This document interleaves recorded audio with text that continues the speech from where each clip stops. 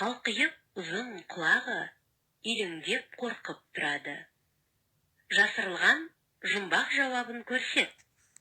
Дұрыс, жұмбақтың жауабы қоян. Қоян сөзінде бізге таныс емес бір дыбыс бар. Ол я дыбысы. Бірге айтайық. Я, я, я. Аңғарып отырған боларсың. Бұл дыбыс и мен аның қосарланып айтылуынан жасалады. Бірақ бір әріппен жазылады.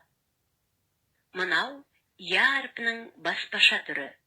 Я дауысты дыбыс.